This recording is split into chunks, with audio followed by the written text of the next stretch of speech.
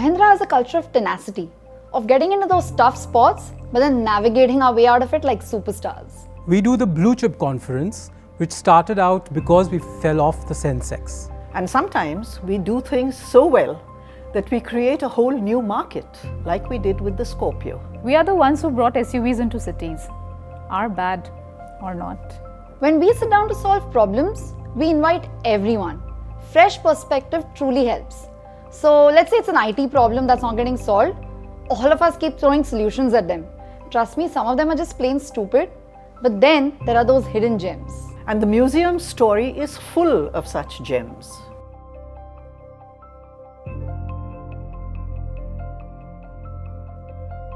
We had this race simulator from the Mahindra racing team, this simulator. They trained on this simulator and we got it to India when it was officially retired. So we had to have it in the museum, obviously. Unfortunately, the simulator was somehow stored outside Mahindra Towers. I'm not sure what happened there, but obviously it got rain damaged and rat infested and completely beyond resurrection. Rejected by experts. The opinion was to go with a new machine, perhaps salvage a few parts for authenticity. We just couldn't stomach the thought. We didn't want a new machine. Harsh and I cried when we heard it was damaged. We wept and we said we have to have the simulator. I dug up contact details of the original manufacturer too, but it was of no use. Then Abhinay came in over the weekend and brought it back to life. Same hardware, same computers, same everything. I was able to find the right people and we decided to keep the exoskeleton as is and upgrade the simulator that sat inside it. And it worked. He identified what needed to be replaced and he had it up and running at just 15% of the costs quoted by the experts.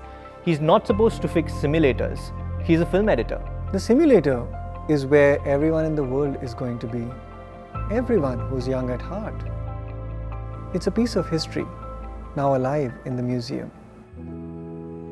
This mammoth history-making project had to happen during COVID times. Which means people can't come in, can't go out. Movement restrictions also. Budget restriction were always there. Can't work after 4 p.m. also. Now on the top of budget restriction, timeline restriction also. On top of that, we're dealing with external contractors and laborers. We don't expect them to understand that this is a labor of love. But these people blew us away. Above and beyond. I mean, imagine your carpenters are telling you that they feel so proud to work on this project. It's really beautiful. We had imagined this Nautilus spiral to be the center of the museum.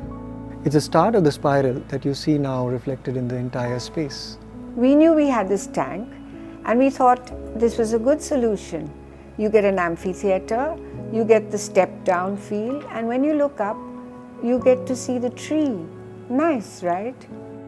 There was nothing simple about the Nautilus spiral. They wanted to make a hole in the ceiling. And we have a beam there. They wanted to put this enormous structure on the top of it. And we didn't even know that ceiling would take that much of load. Then they wanted to construct the spiral here. We just couldn't do it because of COVID, too many time and people restrictions. So then we had to get it built somewhere else and then transport it here. I still can't believe that we did it.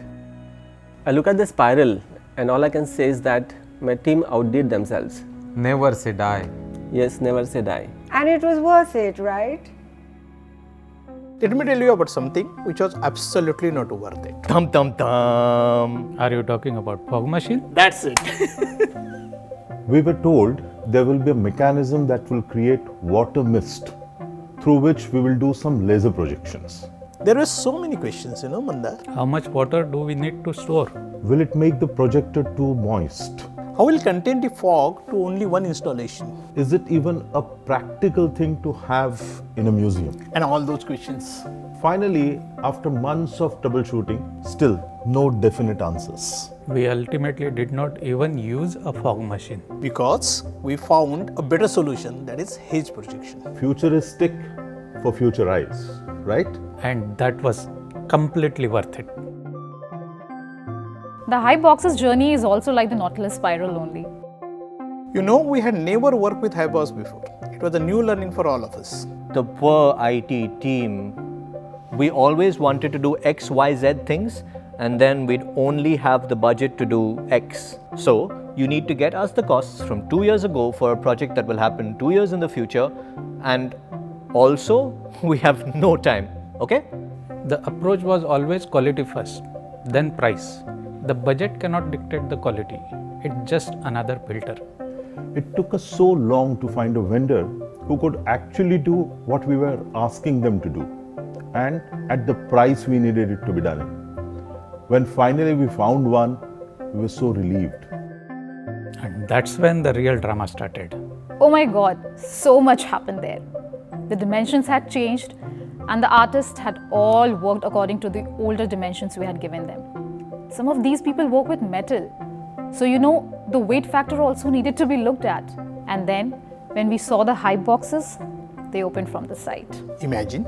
You can't slide these things in, no? They have to be placed properly. So we have to go back and forth to the vendor. And finally we figured out a front opening hype box. Oh man, that was a tough one. The tractor installation for the Feeding the World hype box, there was no way it would fit. Size-wise, weight-wise, it wasn't happening. And we could not ask Tyrell to make us another tractor at this stage. It was a total impasse. But that's where Harsh shines brightest. He had this brainwave that you can just cut the tractor in half. You can't see the back anyway. And half the tractor solves everything. Half the size, half the weight. And when you look at it, it all looks so perfect, right? Exactly. No hint of all the drama. You want drama? Come to Passage of Time. We really did ask for the moon and the stars on this one. The idea was so simple to listen to. 5 objects in front of a curved screen that plays the interesting images in loop. You don't get curved screens of this size. I said, okay, let's make a curved wall then. We can do a projection on a curved wall. But you have these 5 objects in front of a screen. How can we make a projection without having a shadow on the screen itself? We figured out that if you put 2 projectors on top there at just the right angle, you can manage the projection without the image looking weird, and there will be no shadow as well. It is a damn good solution. But the projectors were very, very visible, and I was just not okay with that. You can see where this is going, right? Invisible projectors. See the drama. See, we'll always figure it out. See, every wall is a passage.